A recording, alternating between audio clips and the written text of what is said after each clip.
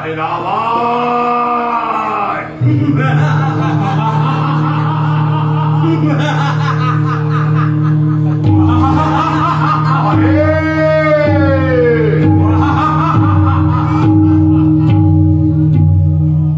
लंकाधिपति भ्राता के चरणों में पाताल नरेश अहि का प्रणाम स्वीकार हो गया।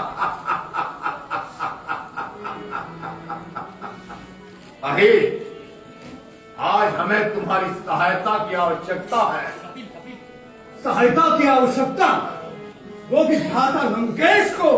हाँ ही, आज तुम्हारे ज्येष्ठ भ्राता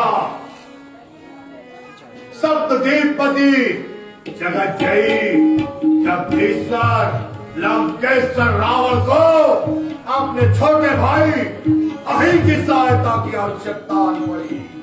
इसीलिए अनुज, हमने तुम्हें पाताल से बुलाया है।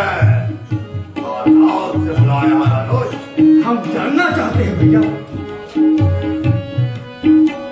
कवन दुख तो ही कहूँ लंकेश, कवन दुख तो ही कहूँ लंकेश, कवन दुख तो ही कहूँ लंकेश, कवन दुख तो ही सुमीर सी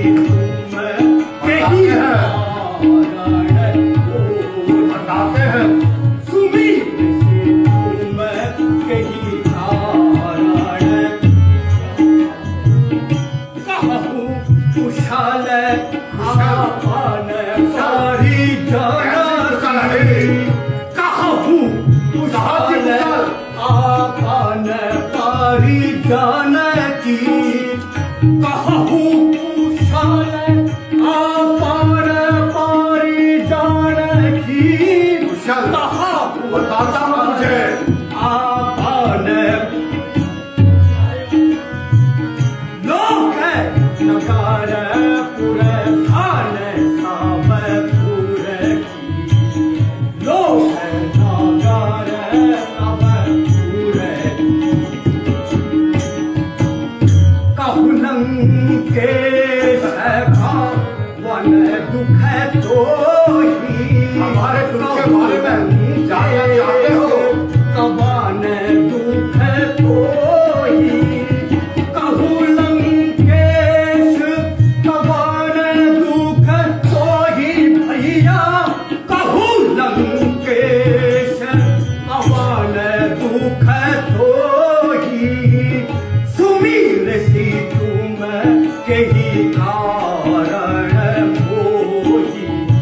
आपके कनिष्ठ भ्राता के मस्तिष्क में उत्कंठा जागृत हो गई है भैया। बताइए, आगे पूर्व ऐसा कभी नहीं हुआ था भैया। हुआ है, आज हुआ है, और ऐसा अनर्थ हो गया कि हम तुम्हें बुलाने के लिए मजबूर हो गए। हम तुम्हें अपने चरणों में बुलाने के लिए मजबूर हो गए। इस लंका में कैसी विपदा आ गई, सुनो, ध्यान से हमारी बात सुनो ही। बताइए भैया।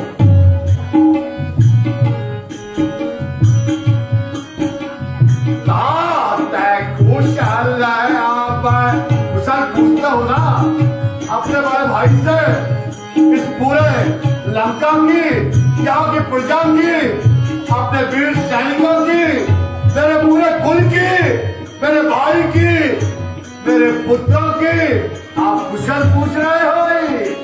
तो सुनो,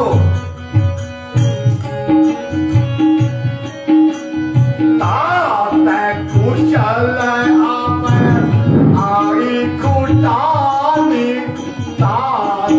कुशल आप आई कुटानी, कुशल आप आई कुटानी। क्या हो गया भैया?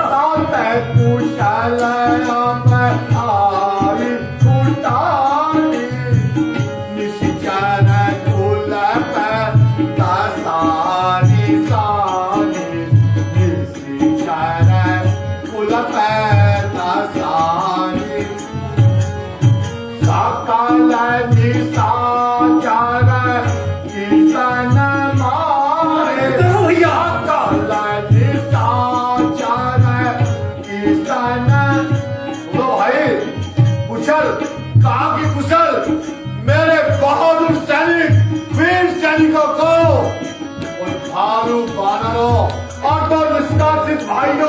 दिया तुम कुशल पूछ रहे हो। मेरी लंका की कुशल आता कहाँ की कुशल और कैसी कुशल? हम जीवित हैं भैया, अभी निराश न होइए।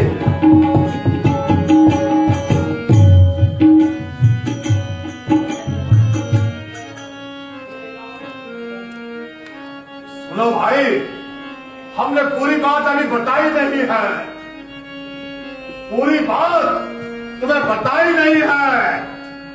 ध्यान से मेरी बात सुनो। क्या हुआ, कैसे हुआ, क्यों हुआ, कब हुआ?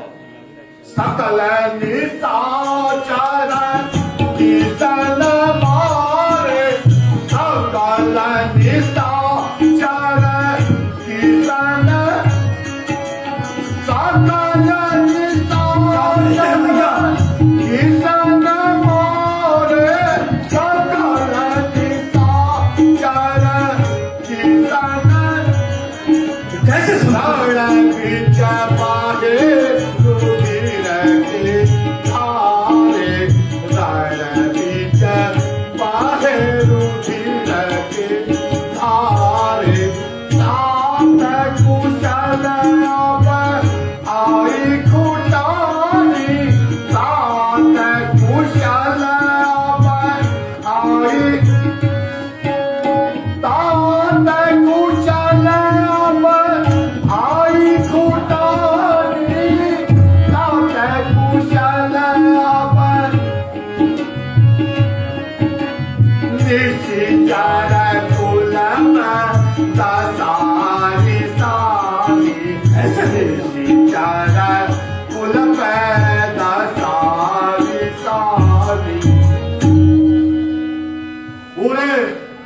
निश्चल कुल पर विपत्ति के बादल मंडरा रहे हैं भाई, विपत्ति के बादल।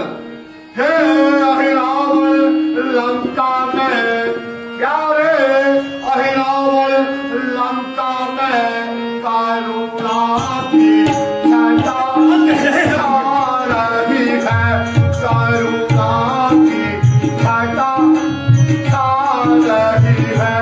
बेटे के परदे से बहू, बेटे के परदे से बहू, जीते जी जली जा रही है।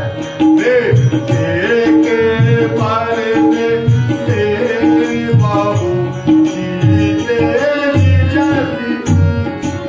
अनुज, इंद्रजीत को भी उन दोनों तपस्वी बालकों ने मार दिया। क्या कहते हो? मार दिया, इंद्रजीत को मार दिया। संभव है भैया? और सुनो, मेरी पुत्र बधू सुलोचना सती हो गई, सती हो गई। बलशाली कुंभकर्ण को भी सुनो, और क्या क्या हो गया ध्यान से सुनो।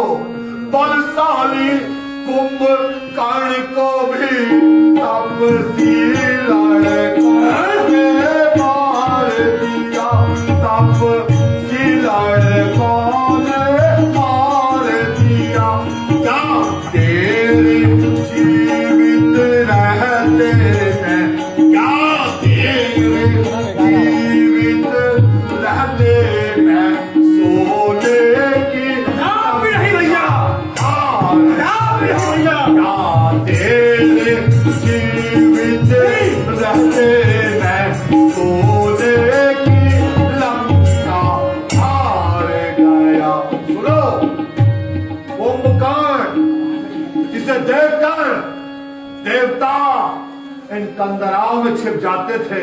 सत्य कहते हो भैया। जब वो अपने पैर को जमीन में रखता था तो पृथ्वी में भूचाल आने लगता था, भूचाल। और ऐसे बलशाली कुंभकर्ण को भी उन दोनों तपस्वी लड़कों ने मार दिया भाई। कैसे हो गया? अब लंका की पूरी उम्मीद, पूरा विश्वास तुम पे है। तुम्हारे रहते हुए क्या मैं क्या मैं ये सोच लूं कि तुम्हारा ज्येष्ठ भ्राता इस सोने की लंका को हार गया? नहीं भैया, क्या मैं अपने आप को इस युद्ध में पराजित समझूं? नहीं भैया, मेरी श्वास, एक एक श्वास आपके चरणों पर समर्पित है भैया। ऐसा ना कहे भैया। यही विश्वास तो मुझे तुमसे है। हे दशकंधर, किंतु हमारे मस्तिष्क में अब भी प्रश्न और घूमन रहे हैं भैया, ये कैसे हो गया? हे दशकंधर, यह बतलाओ प्यारे भैया, यह बतलाओ उस मेरे मारे क्यों, उसने ये सब है मारे क्यों, संग्राम हुआ किस कारण, संग्राम हुआ किस कारण, और हुए वो शाह हमारे क्यों, संग्राम हुआ किस कारण, और हुए वो शाह हमारे क्यों। तुमने अपने बड़े भाई से एक ऐसा प्रश्न किया है, ऐसा प्रश्न किया है जिसका उत्तर देना मैं नहीं चाहता था।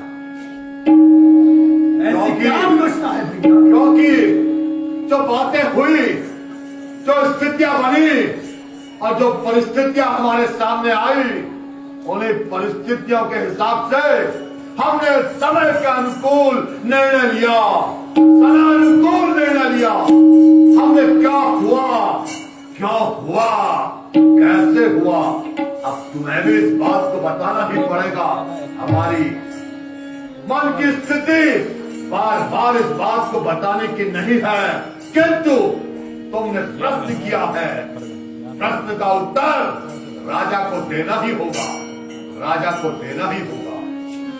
सुनो, बताइए भैया। उन दोनों तपस्वी लड़कों ने, अरे मेरे भाई सुनो, उन दोनों तपस्वी लड़कों ने, उन भगोड़े तपस्वी लड़कों ने, उन निष्कासित तपस्वी लड़कों ने मेरी प्यारी मेरी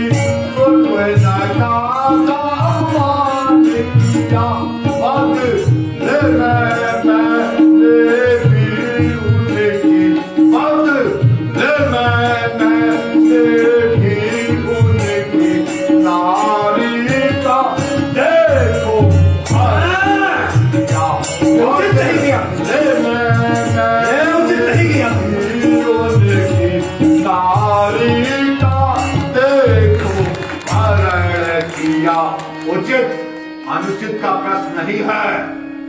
पहले हमारी बात ध्यान से सुनो, ध्यान से सुनो। उचित अनुचित आज ये निर्णय लेने का समय नहीं है। हमने उचित किया अथवा नहीं किया, उचित और अनुचित का प्रश्न नहीं। आज तो प्रश्न राक्षस जाति को कलंक के धोने से बचाना है, राक्षस जाति को पराजित होने से बचाना है। बस कारण यही लड़ाई का केवल यही एक कारण है। उन्होंने स्वनखा का अपमान किया, उसका अंग भंग किया। हमने अपमान का बदला अपमान से लिया। एक नारी की नाव पर कान काट दिए, नहीं क्या पहन के नाव पर कान काट दिए, हरी नाव पर कान। और अपमान का बदला अपमान से लिया जाता है। नारी के अपमान का बदला हमने भी, स्त्री जाति के अपमान का बदला हमने भी उनकी नारी के हरण के साथ लिया। बस कारण यही लड़ाई का मेरे भाई, कारण यही लड़ाई का। मैंने सब तुझको बता ही दिया, मैंने सब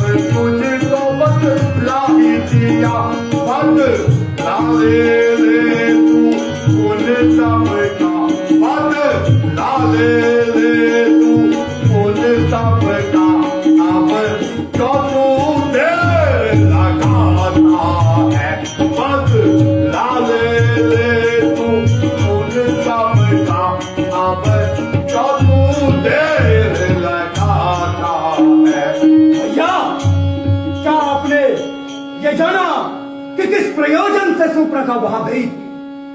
जो कृत्य आपने किया है भैया, हमें तो संशय होता है।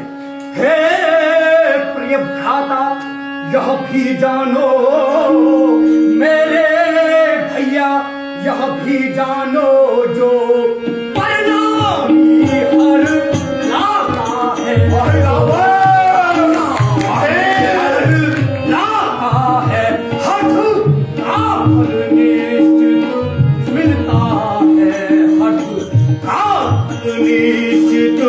मिलता है और कुल का नाश नीति की बातें कर रहे हो, नीति की बातें। मिलता है और कुल का नाश कराता है। अरे जी भैया। आज तो तुम भी हमें नीति पाठ कराने लगे।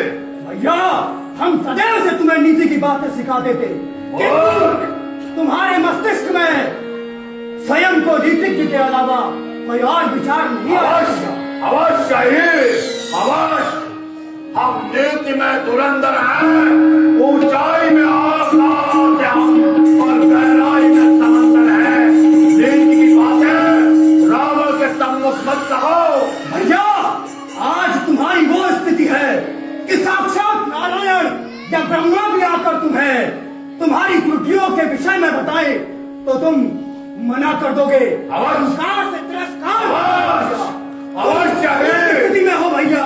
आज ब्रह्मदेव भी आकर हमसे कहें कि लंकेश रणभूमि से वापस चले जाओ। आज स्वयं महादेव मेरे नाथ भगवान शंकर भी मुझसे आकर कहें कि लंकेश रणभूमि से वापस चले जाओ, तो मैं अपने आराध्य से कहूंगा, महादेव महादेव, मुझे वीर गति में तो प्राप्त होना मंजूर है, किंतु रण छोड़ दास कहलाना उचित नहीं। भैया, हम तुम्हारी बात का समर्थन करते हैं। रण से वापस जाना सर्वथा अनुचित है, किंतु जो कृत्य बड़े भ्राता आपने किया है उसका पुनरावलोकन भी आवश्यक है। भैया, पुनरावलोकन भी आवश्यक है।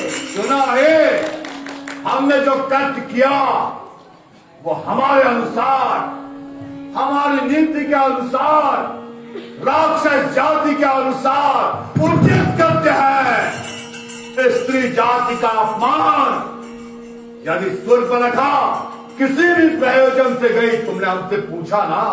जी इस प्रयोजन से गई, वो तो केवल विवाह प्रस्ताव लेकर गई थी। और वो प्रयोजन और कुछ नहीं था, केवल विवाह प्रस्ताव लेकर उन दो निष्कासित युवकों के पास गई थी और उन्होंने क्या दिया? उपहार स्वरूप उसे अंग भंग करके हमारे सम्मुख भेज दिया। हमारे पास इसके अलावा और कोई विकल्प नहीं था कि हम स्त्री के अपमान का बदला स्त्री के हरण के साथ लें। किंतु भैया, आप सर्वज्ञ हैं, त्रिलोक विजेता है, ये आपने क्यों नहीं जाना भैया कि सुप्रथा किस प्रयोजन से गई?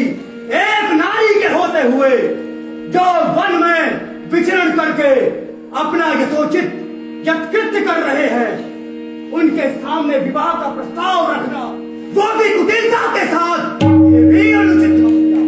ये भी अनुचित है। इसलिए भैया, आप नीतिज्ञ हैं कि पूरा विश्व ब्रह्मांड आपके पराक्रम को जानता है भैया, किंतु मैं अभी भी कहता हूं, आप पुनरावलोकन कीजिए और एक बार विचार कर लीजिए भैया। अरे, हम तो निर्णय कर चुके हैं, हम निर्णय कर चुके हैं। हम या तो वीर गति को प्राप्त होंगे, अगर वो दोनों अवतारी हैं तो लंकेश का तारण करेंगे, अन्यथा साधारण मानव है तो हमारे हाथों वो पराजित भी होंगे और मृत्यु को प्राप्त भी होंगे। मृत्यु को प्राप्त। केवल ये निर्णय अब तुम्हें करना है। तुम विभीषण की तरह भ्राता द्रोही हो नहीं, विभीषण की तरह हमें छोड़कर राम की शरण में जाना चाहते हो? नहीं भैया। तो क्या चाहते हो? मुझे अपना निर्णय बताओ। हम सक्षम हैं युद्ध भूमि में आज भी लंकेश किसी भी युद्ध में जीतने के लिए सक्षम है। क्या तुम युद्ध भूमि में जाने के लिए सच हो या वापस अपने प्राणों की दान मांगने के लिए राम की शरण में जाना? ऐसा ना कहे भैया, हम सर्वथा सज्ज हैं, किंतु हम एक बात आपसे अवश्य कहना चाहते हैं। अगर आज रणभूमि में इस अंतिम संग्राम में यही मारा गया तो यह सुनिश्चित हो जाएगा भैया कि नारायण ने अवतार लिया है, नारायण ने अवतार लिया है। आगे युद्ध भूमि में जाने से पूर्व किंतु परंतु जैसे शब्दों को कोई स्थान नहीं दिया जाता। किंतु का अर्थ होता है भैया, ये किंतु हमें स्मरण दिलाता है। जब हम कोई मिथ्या कार्य करते हैं तो किंतु का स्मरण होता है। जब हमारे मस्तिष्क में बुरा विचार आता है तो ये किंतु हमें गलत कार्य करने से रोकता है भैया। जिस व्यक्ति के भीतर मस्तिष्क में किंतु नहीं होता वो सर्वथा रणभूमि में और अपने जीवन में पछताते हैं भैया। ये किंतु बार बार स्मरण कराता है कि हमें गलत मार्ग का अनुसरण नहीं करना। सुनो, इसलिए ये किंतु परम आवश्यक है भैया। नहीं, हमारे शब्दकोश में किंतु परंतु जैसे शब्दों का कोई स्थान नहीं है। आपका शब्दकोश अभिमान से भरा है भैया। अवश्य अवश्य अवश्य मूर्ख, हम अभिमानी हैं, इसलिए अभिमानी हैं। हमने तीनों लोकों को जीता है, हमने महादेव को कैलाश सहित उठाया है, हमने नवग्रहों को बंदी बनाया है, हमने काल और शनि को अपने चरणों में रखा है। हम उचित कहते हो। हम सप्तद्वीपपति जगत जयी जगदीश्वर लंकेश्वर रावण हैं और हम सर्वदा उचित ही कहते हैं। हमें नीति पाठ की आवश्यकता नहीं। आज यही रावण आपको नीति पाठ नहीं सिखा रहा, किंतु जिन सूर्य और चंद्रमा का आप स्मरण कर रहे हैं, यदि वे आपके बंधक होते तो इस धरातल पर, इस पृथ्वी पर, संपूर्ण ब्रह्मांड में वो कौन सूरज है, वो कौन चंद्रमा है? महादेव की कृपा से आपको उनका अंश मिला है भैया। सूर्य और चंद्रमा साक्षात नहीं मिले। महादेव ने हमें जो वरदान दिए उन्हीं वरदानों से हमने पूरी पृथ्वी में अपना आधिपत्य स्थापित किया है। आधिपत्य निसंदेह भैया। और सुनो, ध्यान से सुनो, मुझे तुम्हारे ज्ञान की आवश्यकता नहीं है। रावण विद्वान भी है, चारों वेदों का ज्ञाता भी है और नीति के संबंध में सभी जानकारियां रखता है। मुझे यह निर्णय तुम्हारा सुनना है कि क्या तुम इस युद्ध में मेरे साथ हो या नहीं। मुझे केवल केवल और केवल तुम्हारे मुखाग्र बिंदु से इन बातों को सुनना है। यही मेरे साथ है या वो वही भाई है, वही विभीषण की तरह राजा द्रोही? ऐसा न कहे भैया। तो लंका को छोड़कर ऐसा न कहे, राम की शरण में चला गया। ऐसा न कहे भैया। तो मुझे ज्ञान न बांटो। मैंने बहुत ज्ञान अर्जित किया है, मैंने तपस्या से सभी चीजें अर्जित की है। मैंने आज तुम्हें ज्ञान लेने के लिए नहीं, ये जानने के लिए बुलाया है कि क्या इस युद्ध में तुम मेरे साथ दोगे या नहीं। ज्ञान लेना होता तो मैं ब्रह्मदेव को बुला लेता, मैं महादेव की शरण में चला जाता। और यदि तुमने कहा ना तुम्हारी मृत्यु के बाद मैं यह स्मरण कर लूं कि श्री हरि विष्णु ने अवतार लिया है। सुनो भाई, यह तो राक्षस जाति के लिए बहुत सुंदर अवसर है। अगर तुम्हारे अग्रज के तारण के लिए श्री हरि विष्णु ने अवतार लिया है तो हमें बहुत उसे आनंदित होकर स्वीकार करना चाहिए, उसका तिरस्कार नहीं। हम तो आज स्वीकार करने के लिए सज्ज है। जो भी स्थिति बनेगी उसे स्वीकार करेंगे। रणभूमि में तुम्हारा अग्रज जाएगा, वीर गति को प्राप्त हो अथवा विजय श्री प्राप्त हो। आज केवल वो यह सोचकर युद्ध भूमि में जा रहा है कि सामने कोई भी हो, स्वयं साक्षात विष्णु भी आ जाए तो उससे भी युद्ध करूंगा, और ऐसा युद्ध करूंगा कि आने वाले युगों तक रावण की वीर गाथाएं माताएं अपने पुत्रों को सुनाएंगी। माताएं अपने पुत्रों को सुनाएंगी। वो ये नहीं कहेंगी कि आज से मैं अपने पुत्र का नाम विभीषण नहीं रखती हूँ, वो कभी नहीं कहेंगी। युगों युगों तक माताएं अपने पुत्र का नाम रावण रखेंगी। रावण। तो ठीक है भैया, आपका निर्णय हम अपने मस्तिष्क में रखते हैं। धर्म क्या है, क्या धर्म जानता हूं मैं भी भ्रात, किंतु भ्रात प्रेम का भी मर्म जानता हूं मैं। जानता हूं साथ दे रहा हूं मैं अधर्म का भी, आनी चाहिए थी मुझे शर्म जानता हूं मैं। दुविधा हो जब, राह सूझती नहीं हो जब, अंतरात्मा कहे जो कर्म जानता हूं मैं। मातृभूमि मातृभूमि कहते हैं लड़ लड़, मां राष्ट्र हित लड़ना ही धर्म जानता हूं मैं। राष्ट्र हित लड़ना ही धर्म जानता हूं मैं। और एक बात सुनो भाई। जी भैया। हमारे द्वार पे ब्रह्मदेव वेद पाठ करने आते हैं। पढ़े वेद ब्रह्मा सदा द्वार जाके, करेगा तब शत्रु सुग्रीव वाके। आज तो बानर भालू जिनकी सेना लेकर वो दो तपस्वी आए हैं, उनका तो तुम भक्षण करते हो। कहते हो भैया। और आज मैं सोचता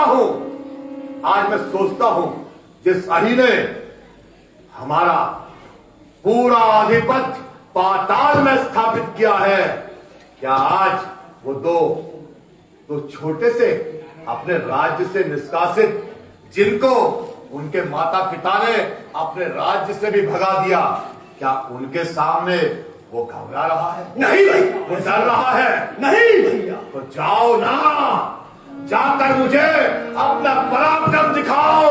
अच्छा दिखाओ। निश में ही अच्छा जाता हूँ, निश में ही नो को हर कर लाऊंगा, दो नो को हर कर लाऊंगा। बलि दान मांगती है देवी, बलि दान मांगती है देवी, दो नो की है बलिदान मांगती है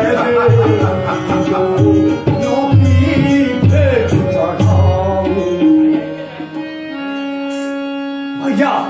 अब मुझे आदेशित करें, मैं अधिक विलंब नहीं करना चाहता भैया। हाँ वही विजय श्री तुम्हारे चरणों में आएगी, और मुझे पूर्ण विश्वास है मेरा अनुज सूर्यास्त से पूर्व मुझे विजय श्री की नई पटकथा लिखकर बताएगा। अवश्य। जाओ अनुज जाओ। अवश्य।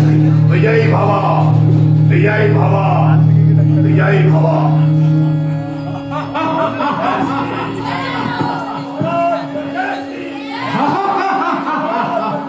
कैसा धर्म संकट आ गया है। आज तुम्हें अपने कर्तव्य का पालन करना होगा, किंतु कैसे? क्या युक्ति हो सकती है? क्या युक्ति हो सकती है? मां तेरी क्या भक्ति हो सकती है?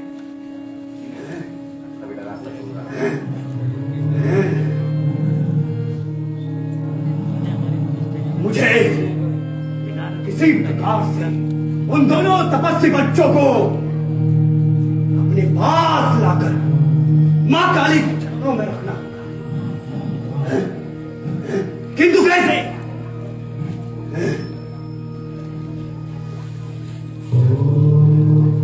ये चांदनी रात अति बाधक है, ये चांदनी रात अति बाधक है।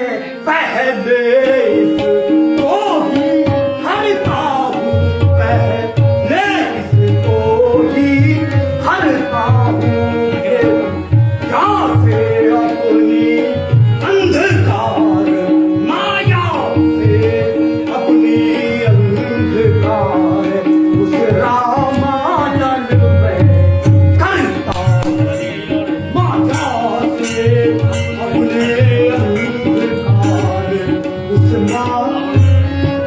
ये उचित रहेगा ही, ये उचित रहेगा।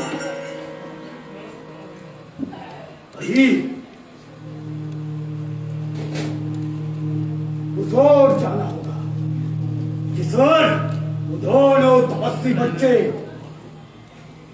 अपने काल को निमंत्रित करने वाले हैं।